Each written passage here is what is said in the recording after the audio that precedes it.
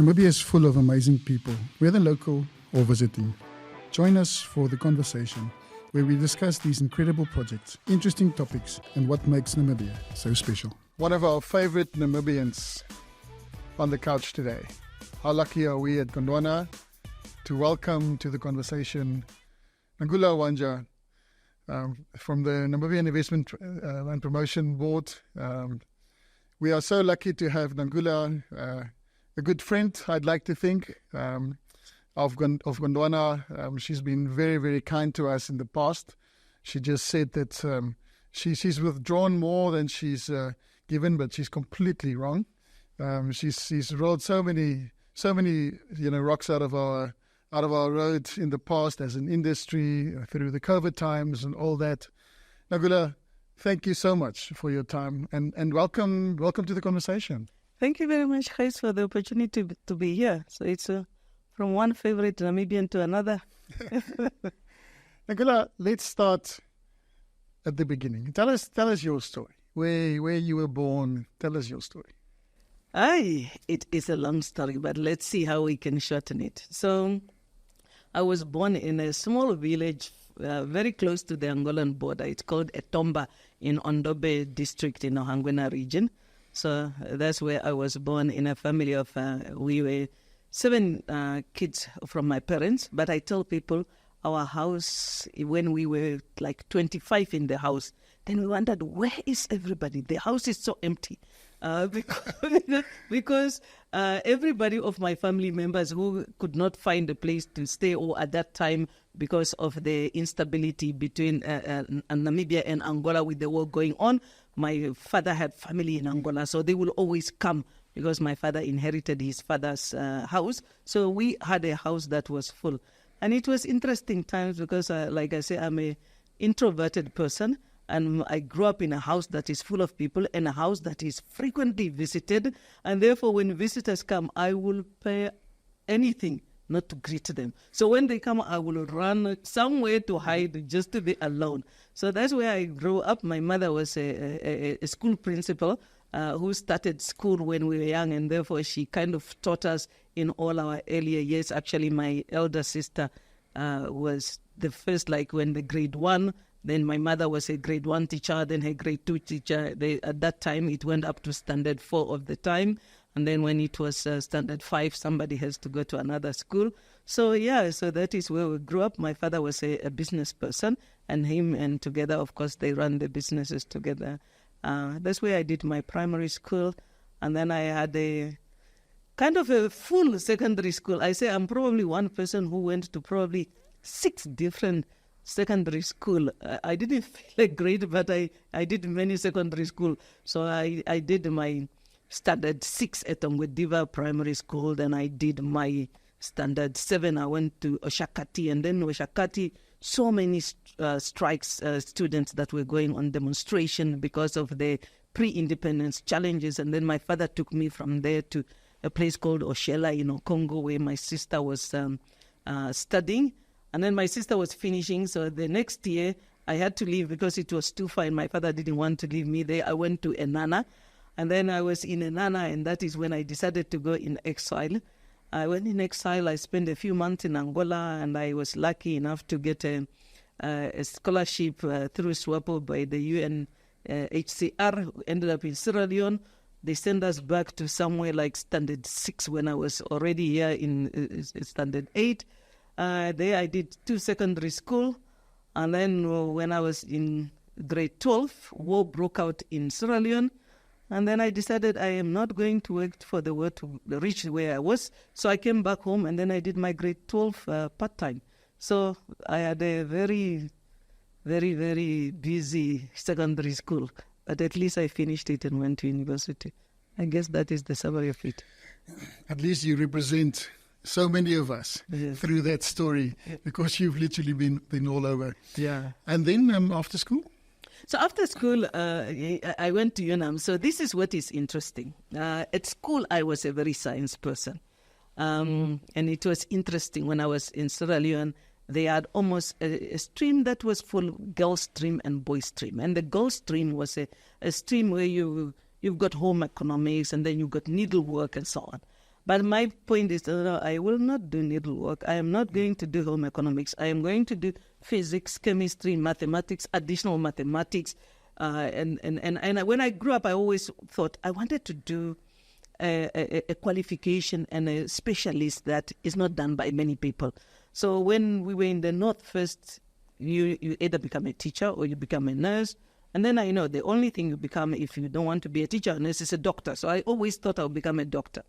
So when I went to Sierra Leone, I said, okay, I will become a doctor. But then we found out, okay, there are many options. I will specialize. And then I thought, which one is kind of the most challenging specialist? It's like a neurosurgeon. It's like a heart surgeon. Is it like, okay, maybe I become an engineer. So anything of science, I was thinking, which one was it that I needed to do? So that's what I thought I will do. And therefore, I did all the science subject. And then I came back home. When I came back home, like I indicated, my father was a business person. So I found him with this huge tax bill that he had to pay. But the business is small. It's not doing well. And now he needs to pay tax that he cannot afford. So I said, somebody need to study something that will help this man with his taxes one day. So then I decided, okay, guess what? There comes science and everything. I need to study economics because I thought I needed to do economics in order to help my father with the challenges of the business. So I applied at UNAM and I applied for economics. So I went to UNAM, studied economics, and then I think as in my first year, I understood somebody, a lady I met there, who was a teacher, and they said she was a chartered accountant. What do chartered accountants do? So I researched and I said, no, that is actually what I need to do in order to sort out my father's problem, not economics. So the next year I changed from economics to accounting. And then it is a subject that I caught well with. I found out now you will find firms, and then I applied to Coopers and Lybrand for a holiday vacation. I met a guy called Davi Furi. He's my friend and mentor up to today. He interviewed me and he gave me an opportunity, and I started my career there. And until about 24 years later, that's when I left that career and that profession and PwC where I started. And I think you're being humble because you're leaving out the detail that you became the managing partner of PwC in Namibia. So a very, very successful career in that industry. And then you left it all to serve. Why did you make that decision? It's a interesting one. It's so I tell people, there's a time that I say, they say 3 categories of employers I will not work for. And I thought, no, I won't work for government. I just see the way people treat people that are in public service. And I feel like, no, I'm sorry. I am never, ever, government cannot be my employer. And of course, it's because of people, the way they're treated, whether it is because of the way the population relate to people that are public servants, but it's always also like people that serve at a parastatal estate-owned enterprises, how I see them treated by their board or sometimes by their shareholders. And I feel like, no, I think I've worked too hard for my career to just take up a service and be treated like something or be put, like my future in the hands of other people. I will not. But then as I worked and I was on this journey, so it's around about 2011, I became a businesswoman of the year. And normally they ask you to do a project. So at that time, I was working with Davi Furi at the African Leadership Institute, and I was doing a few other things. And I thought, look, I am not going to do something and say, oh, social responsibility, do a few things here, raise money here. I said, that is not me. So I'm already doing leadership and development. That's what I will do. But then I also felt like I'm in business. So what are the challenges in business? So that year, then I kind of started picking up what we need to do about our economy. So I started looking at the economy and I thought, this economy, I think it's not punching at the level where it should. With what we have as Namibia, the economy could be doing better. So then I started to get interest in the economy. But then I, of course, being a black person who comes from exile background, I know what we fought for. But then also looking at being in the private sector, I also understand what the private sector can bring. But then being in that role has also enabled me to see some level of mistrust and lack of collaboration between the public and the private sector. So I said, I think this is what I want to champion. I want to find out, why are we not collaborating better so that we can grow this economy? So I started speaking to maybe some ministers and people in the public service that I know, and then, of course, private sector people that I know, just say, do you think the public and the private sector are doing what they can to grow this economy? So I started working in there. And then when I qualified as a CA, I told myself I will never pick up a book again. Never, ever, ever. But then it came around 2015.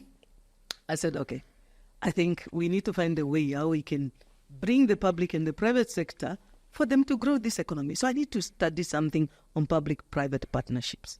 So, okay, I need to do a master's degree so that I can find a formula. So then I started studying, and when I went to university, the lecturer said, when I told him what I wanted to do, he said, look, you are not here to change the world. You are here to pass. I said, no, I don't need a degree. I don't want a qualification. I'm actually here to change the world. I want to learn this so that I can change, maybe not the whole world, but I need to change Namibia. So then I started to study and then to kind of understand what are the hindrances to public-private partnerships. But of course, when you're at a master's level, they kind of squeeze you to be focused and so on. But it helped to give me an idea. And when I finished, I thought, okay, I think I didn't get what I want. I need to study a bit better further on the topic. So I kind of took a topic, public-private collaboration to enhance the resources of a country. And then during that time, the president appointed me to the high-level panel on the Namibian economy. And that helped me to understand government better, to see the heart of the leaders, to see what is the president talking about, what do the ministers want. And actually I realized the president and the cabinet, they genuinely want to see the economy work. But then I think what we are missing is we do not understand that government needs the private sector to make the economy work. But of course, the private sector cannot operate without government enabling. So we need each other. So now I'm in this place where I feel I am probably one of the few people who understands both parties. And now I understand the need to work together. And now, of course, being a Christian, I'm told, to whom much is given, much is expected. Now, what do I do with this information? I need to do something. So I kind of started feeling like, okay, I think I've been in my comfort zone of the private sector for too long. I need to do something. So I resigned at PwC to go and do something to bring the public and the private sector together. And during that period, I had a conversation with the president, and I had, no, I'm leaving PwC and I will be doing, no.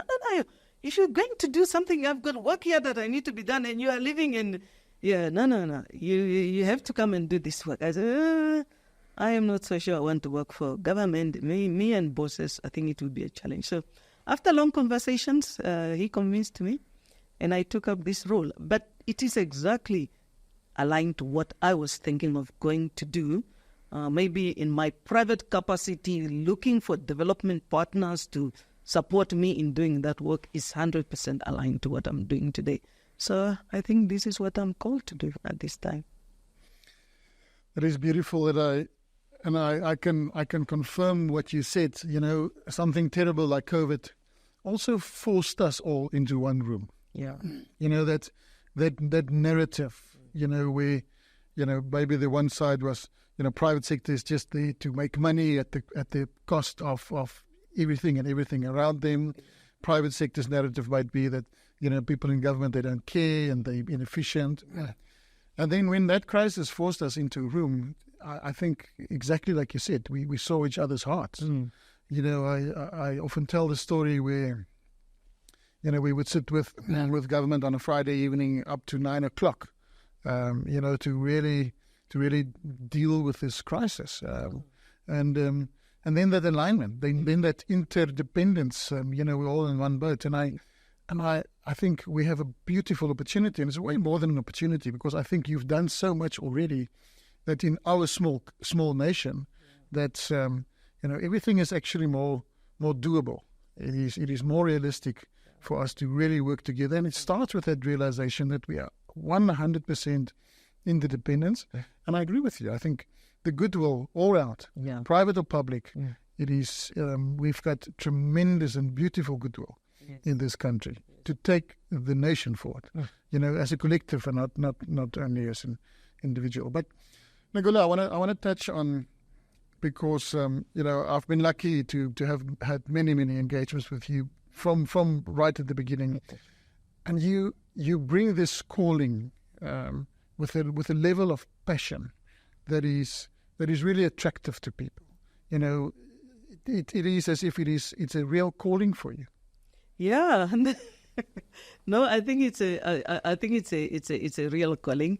Normally, of course, I tell people there's sometimes Christians that will tell you, God said, and then I say, I think I'm a Christian, but God ignores me. He doesn't. I hear people say, God said, God told me, but He doesn't talk to me.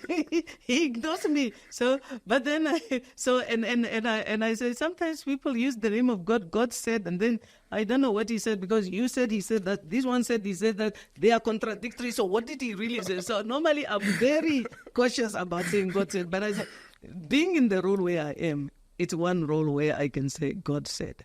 I know the picture He showed me. I know what He said. I know the message He shared, and therefore, for that one it's a responsibility. Of course, it's a pleasure, it's a privilege, but it's a responsibility, and that is why it doesn't matter what challenge I face. Many times, if I come through a challenge, I just sit and say, God, I didn't bring myself here. This is not my work.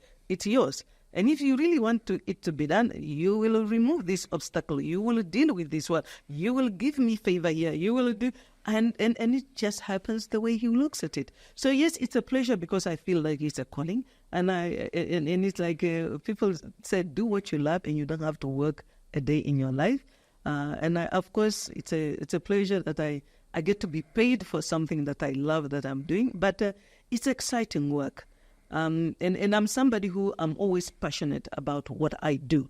And I believe that I need to give it my all.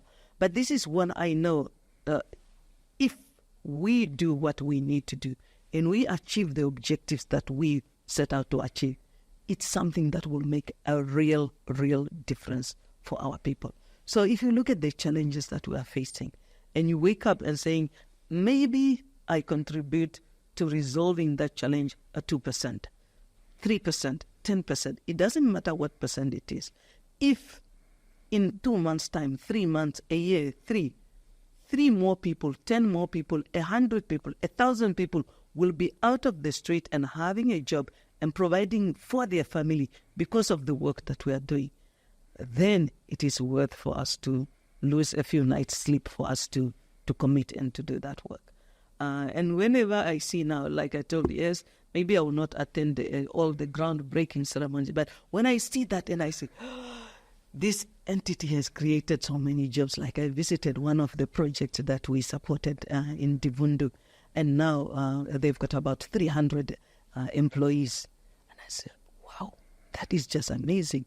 Now it was a town it's a small town. It does not have a lot of productive asset. People are unemployed. They will probably go to the south to go look for work and harvest in the grape field. But now they've got work there close to them in their own communities, in their own society. If we can just have more and more of those projects, then I think I will feel very, very fulfilled. And I think, like you said to that lecturer, that you want to change the world. And I think that is how we do it. We do it one job at a time. Yes. We are so proud at Gondwana. In the past 3 years, we've also created, more than 300 employment opportunities. And it's so much more than an employment opportunity. It's dignity. Yes. It is hope. It is a future. Yes. And I think Nangula, as one of the trailblazers, the people from private sector, you, James, Oscar, people who's got this golden path in private sector, and to say no, I'm going to give that up, and I'm going to join public service to really serve the nation, and I really tip my hat, and I think that brings that hope to all of us, and we must be careful. I don't like this public and private because it's nonsense. It's just us. It's just one. Exactly. It's just one boat, and we need to make sure that we all row in the same direction. Exactly. No, I think that, and maybe just talking about Gondwana and why, for me as a person, I appreciate companies such as Gondwana is the ethos and the value system that you drive. And it starts with the way that you see people are served at your establishment, and you see employees that are serving you that way. They are not serving you that way because they are compelled to do it. It's because they are doing it from the bottom of their heart.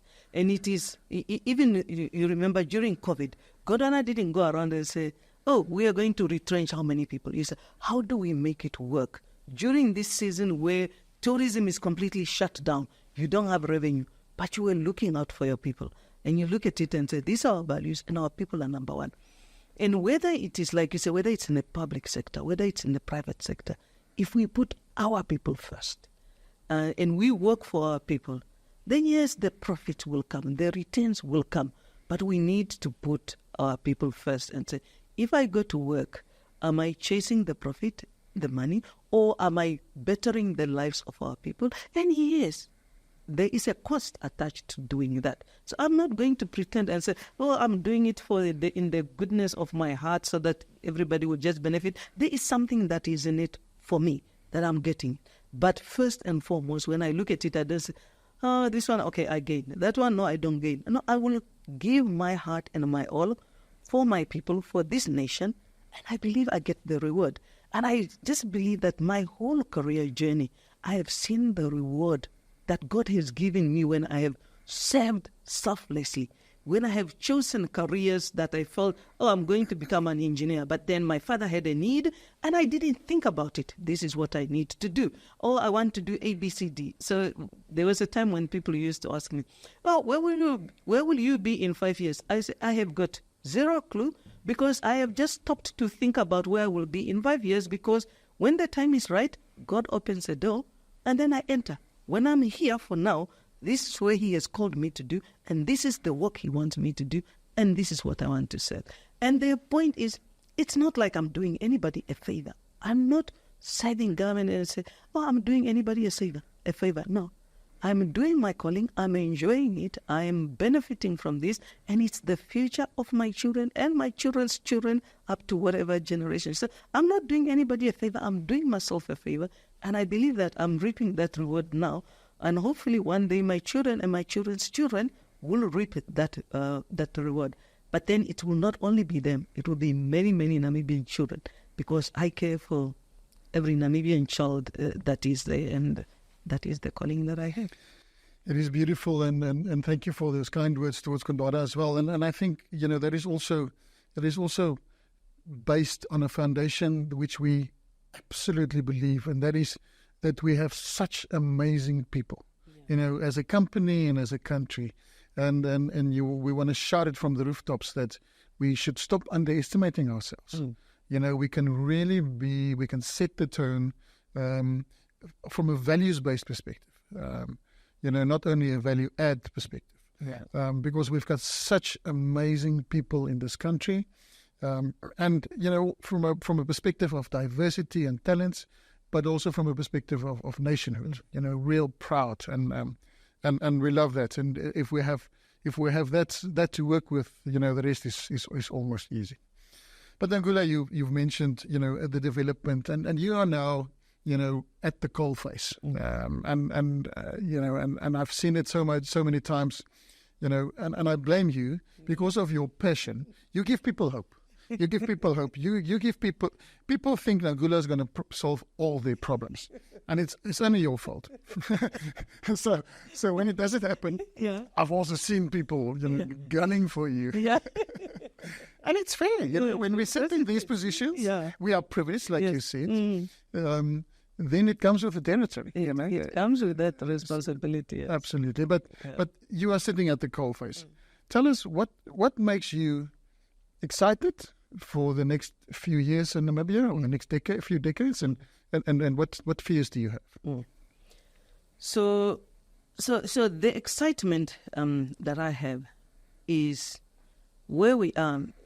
you look at where we are as Africa and where we are as Namibia, the solutions to the challenges that are facing the world, Africa is the one place that is left untapped. Whether it is culturally, whether it's probably even morally, in many ways, I think the world has a lot to look for in Africa. And without now talking about natural resources that we have. So Africa there's a land, we have got probably 60% of the world's uncultivated arable land. Whether it is from a population, demographics, the youth are in Africa. Whether it is natural resources, they are in Africa. So we have got everything going for us as Africa and as Namibia. Now, of course, what do we do with that? I mentioned earlier, to whom much is given, much is expected. And as Africans, we need to take responsibility. And as Namibians, we need to take responsibility. We cannot blame other people if our resources leave the continent without value addition. We cannot blame other people. Nobody is responsible for us but us. And therefore, we need to take responsibility. Yes, one thing is we need to form smart partnerships because we need the world. So it's not like, oh, we are Africa, we are complete, we can do everything. No, we need the world and the world needs us. And therefore, we cannot enter into discussion with the superiority of saying we have got the resources. At the same time, we cannot enter conversations with the inferiority complex saying somebody is bringing what. So we can enter conversations with on a good ground of saying we have got A, you have got B. How do we partner to solve the challenges? So really, and whether it is the industries that are emerging for green hydrogen in Namibia, whether it is oil and gas, which we say yes, while oil and gas and fossil fuel is phasing out, there is still time for it. So there is a lot of hope for Namibia and a lot of hope for Africa. But we need to make sure that we take responsibility to plan well, to strategize well, to implement well, because the window of opportunity that we have, especially for Namibia, now coming back to Namibia, the resources that we have, other countries have. And somebody said recently, we Namibians, we are special, but we are not unique. And it's about time we realize that. Because sometimes Namibians think they are unique or Namibia is unique. We are special, but we are not unique. What we have, other countries have. If we don't take up opportunity, other countries will.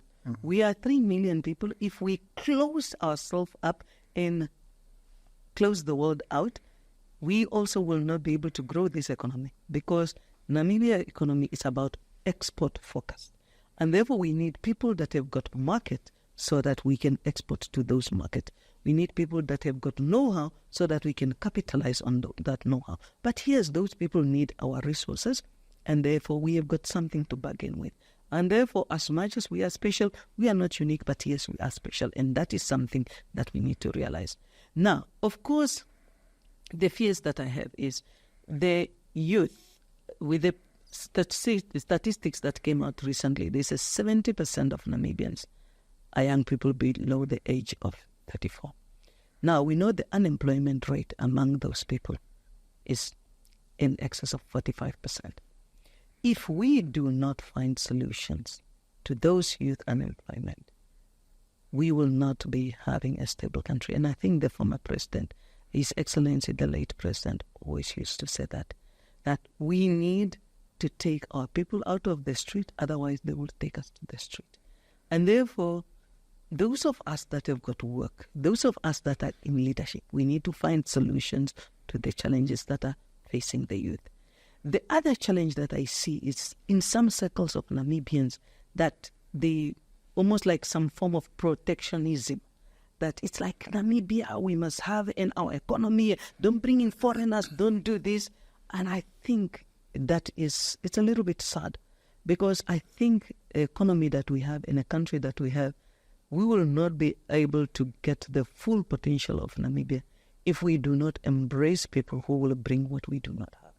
So like I said, research and development is not one of our strength in Namibia or in Africa.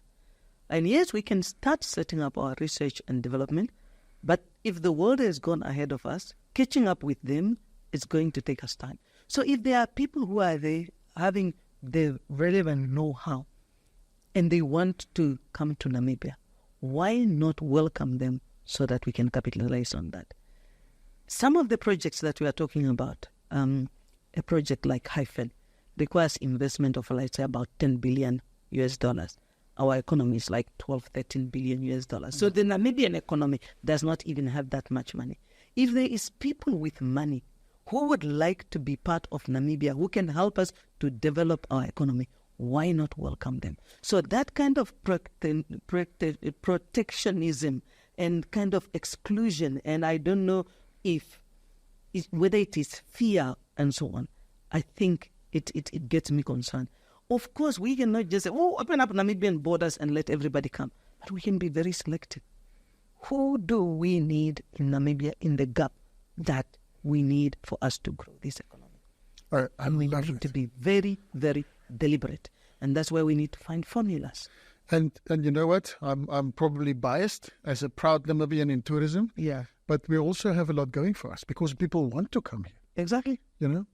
I love that, and I'm going to steal that one, that we are special, but we are not unique. Yeah. But we have a country that offers a lifestyle, our nature, our people, that people actually wants to come here. Exactly. And we can cherry pick. Yes, we can cherry pick. We can absolutely cherry pick. And some countries have shown us the way. I was blown away. I was lucky to be in Dubai not long ago. And I was having a conversation with a very successful local lady there. And she said to me, we are 10% of the population. Exactly. But the benefit, the benefit in terms of that collectiveness. And exactly like you say, for the youth, it is for people, it's for Nangula and for Gys to make sure that, that in the next generation, with all the tailwinds that we have now, and I completely agree with you, it's a window of opportunity. Yes. It's not an unlimited opportunity. Yeah. That we have the responsibility, we have the duty to make sure that we get it right, in the best interest of those people who don't have, our neighbors who don't have what we have as we sit here. So if you just look at countries, which country, a small country that has got a successful economy that was not dependent on immigrants, which one? Give me one example. So yes, you can talk about the UAE, you can talk about Doha, you can talk about Switzerland, you can talk about Singapore. Those are countries that are very successful. They are performing well. Their GDP per capita is very high. Their total GDP is very high. Their inequalities is very low. The level of poverty is very low. Unemployment in those countries is very low. But what is the one thing that is different about all of them? They have welcomed foreigners that they need to develop their economies. So, and like I said, cherry pick the ones that you need. Don't open up to people that will not bring value. Bring in the people that will bring you value. And it's silly, from a cultural perspective. Look at how diverse we are. Yeah. Yet, internally in Namibia, we love each other and we live together and we work together. So why would we choose to be paranoid about that same frame of mind in terms of cherry picking people who want to come here, embrace our values, our way of doing things, and add value? So I completely agree with you. So that is one thing that I see can stand in the way of our growth. That is quite imminent. Nangula, she works 20 hours a day. So we've taken enough of your time. But before I end off, I just wanted to ask you one last question, and that is, could you sort out your father's tax bill? It took quite a bit of time, but I was able to help him to sort it out. So it was sorted out, but it took longer. It almost took my whole career sorting out. We must get Sam on the couch. It took the whole time sorting out that tax bill, but eventually we sorted it out. Yes. And I think in the same vein, with your heart of giving, I'm convinced that even if it takes the rest of your career, that you will get this right as well. Thank you. In terms of the development of our country, and yes, there will be challenges and there will be ups and downs. That is life, definitely life in Namibia. But I think, again, we've got so much goodwill and we've got such amazing people like yourself in such pivotal positions with our heart pure for the future of this country, for the future of our children. Yes. And we're lucky to have you. Nangula, thank you. Thank you for that. No, thank you. I think I look at it and I say we are actually privileged because as NIPDB we are here for just over 3 years now. But the welcome that we have received, whether it is from our fellow public servants in government, various institutions that have just welcomed us, and they are allowing us to work with them to bring up change. They are allowing us to challenge them every day. That is there. And then the private sector that has embraced us. So I think the fact that we were able to establish ourselves in the market in that period is all thanks to the whole ecosystem that has allowed us and enabled us to operate and have really, really supported us. Yes, like you said, challenges are there. Yes, one person might not be happy today with this one. Yes, that one will be angry. But to me, it's like you say hope. There is a saying in my language, Etimaumbwile olidule ekuta. Etimaumbwile is like hope. Ekuta is like being full today. And the saying means almost like it's better to be hopeful than to be full today. So if you have everything today and you know tomorrow is dark and the world will end, then it's almost like you finish. But if you know you are hungry today, but tomorrow and the day after that there will be food, then you will hang on there for tomorrow. So that's why I don't lose hope. And somebody also defines success as moving from one failure to another without losing your energy and your will and so on. And I think to me that is, you need to be driven. The moment you fail once and you give up, what did they say? Thomas Edison will not have discovered the light bulb. It took him about 3,000 times. And he said he did not fail 3,000 times. He learned 3,000 times how not to make a light bulb. So we are learning how many times how not to do it, and then we get it right. So thank you to everybody who's supporting us. And I think it's, that is why we often choose to do the hard things, the difficult things, the new developments that create more employment. Because I think the calling is so much bigger. It is to bring light to the world. And Nangula, that is what you're doing. And thank you. Thank you for what you're doing for Namibia. Thank you for what you're doing and many for Gondwana. And thank you for your time today here at the conversation. Thank you for the conversation and for your continuous support. We appreciate it. You are a great Namibian, so Gondwana is a great Namibian company. We are privileged to work with you guys. Thank you. Awesome. Thank you, Nangulas.